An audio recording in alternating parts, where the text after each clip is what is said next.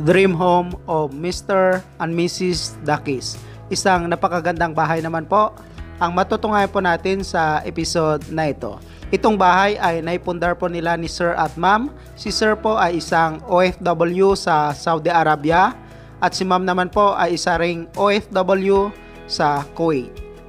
Itong bahay ay step by step din pong ginawa mula umpisa hanggang mabuo po ito at makapagpintura.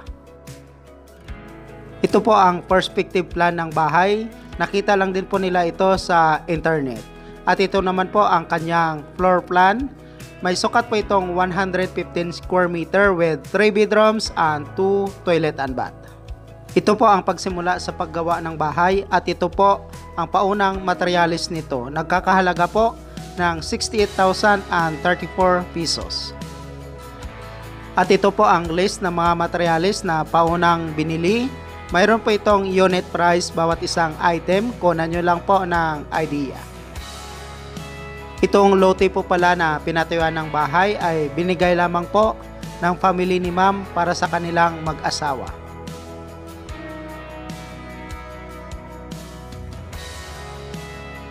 Itong bahay ay located at Nawan, Oriental Mindoro, Philippines.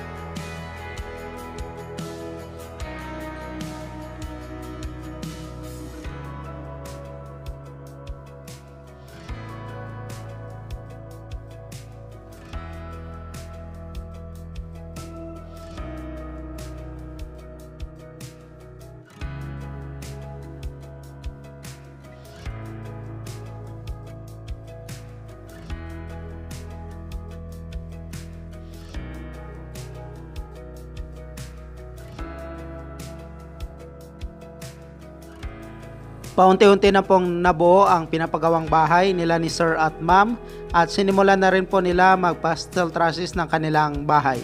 Sa steel trusses po pala ay gumamit po sila dito ng tubular at saka zipper lens.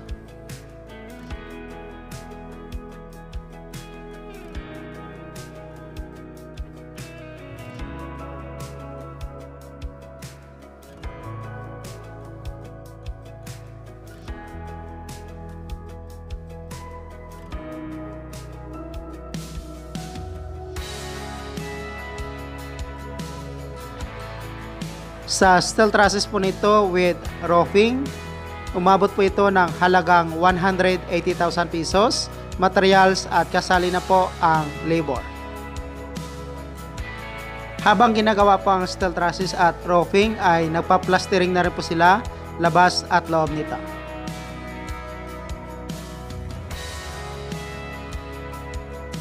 Sinimulan na rin po nila magpapintura ng bahay.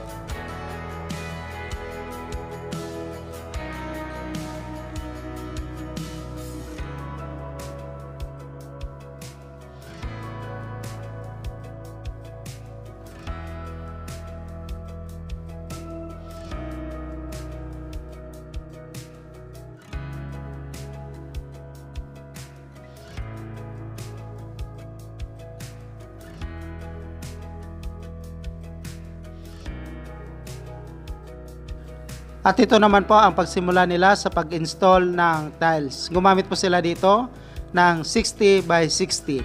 Wooden design po ang ginamit nilang tiles para po sa bedroom, living and dining area nito.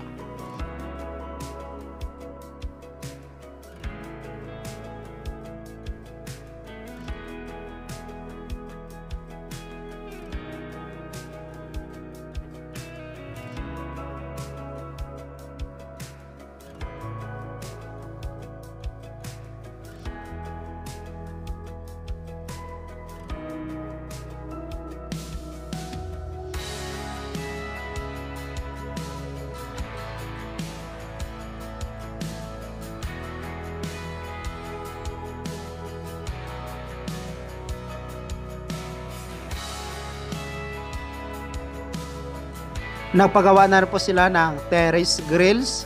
Gumamit po sila dito ng tubular.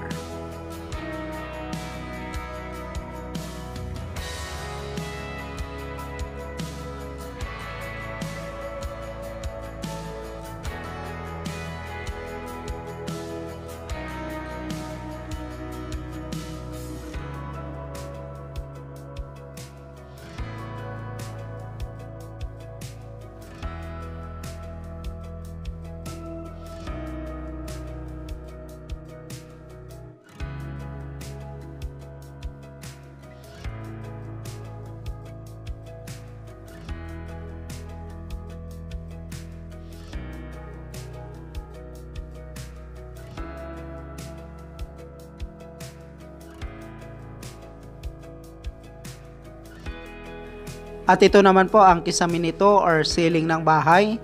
Naka modern design na rin po ito, naka pin light at saka cube light.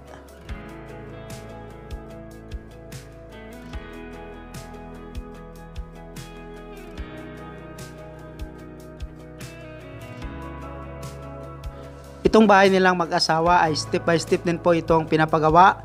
Nakailang ulit din po ito na hinto at pinagpatuloy lang po ang pagpapagawa nito tuwing mayroon na po silang budget.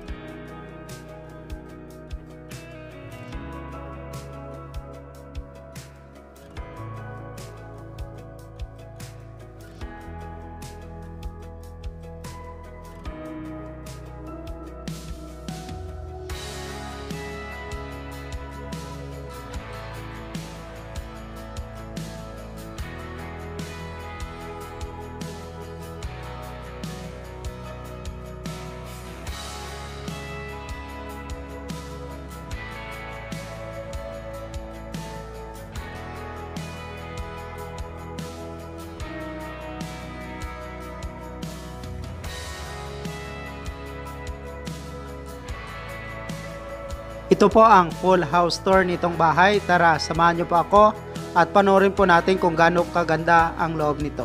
Si Sir po pala ay nagtatrabaho bilang isang auto electrician supervisor sa Saudi Arabia at si Ma'am naman po ay nagtatrabaho sa salon sa Kuwait from Oriental Mindoro, Philippines. Nagtutulungan po silang mag-asawa sa pinapagawa nilang bahay.